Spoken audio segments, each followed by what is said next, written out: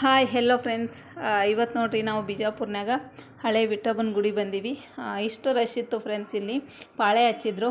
So 2-3 round ಹಿಂಗೆ ಸುತ್ತಾಕಿ ಬರೋದಿತ್ತು.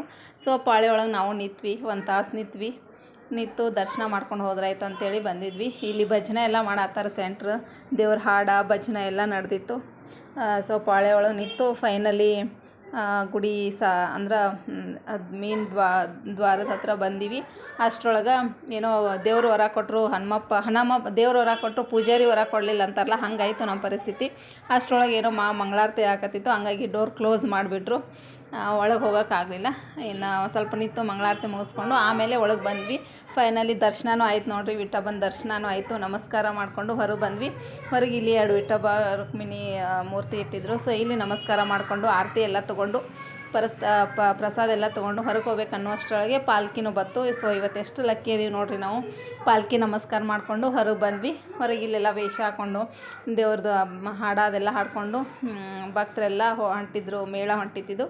So ಅದು ನೋಡಿಕೊಂಡು ಮನೆಗೆ ಬಂದ್ವಿ. So bye friends. ನೆಕ್ಸ್ಟ್ ಇದೇ ರೀತಿ ವಿಡಿಯೋಕ್ಕೋಸ್ಕರ ನನ್ನ ಚಾನಲ್ನ ಪ್ಲೀಸ್ ಸಬ್ಸ್ಕ್ರೈಬ್ ಮಾಡ್ಕೊಳ್ರಿ. ನೆಕ್ಸ್ಟ್ ವಿಡಿಯೋದಾಗ ಮತ್ತೆ ಸಿಗ್ತೀನಿ. Bye friends.